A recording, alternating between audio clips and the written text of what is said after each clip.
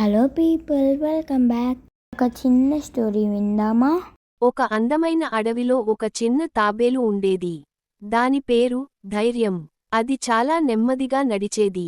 అందుకే అడవిలోని జంతువులంతా దాన్ని ఎప్పుడూ ఆట పట్టించేవి.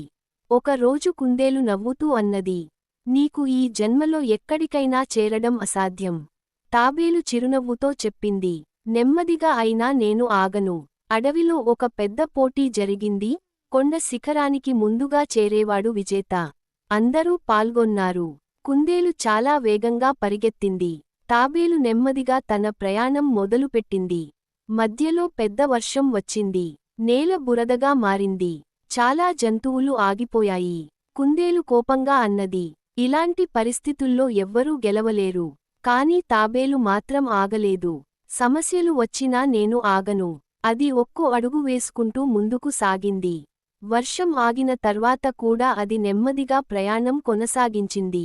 చివరికి అందరూ ఆశ్చర్యపోయేలా తాబేలు కొండ శిఖరాన్ని చేరుకుంది. అన్ని జంతువులు చప్పట్లు కొట్టాయి. నువ్వే నిజమైన విజేత. నువ్వు ఎప్పుడూ వదులుకోలేదు. తాబేలు చిరునవ్వుతో చెప్పింది, వేగం కాదు, పట్టుదలే విజయాన్ని ఇస్తుంది.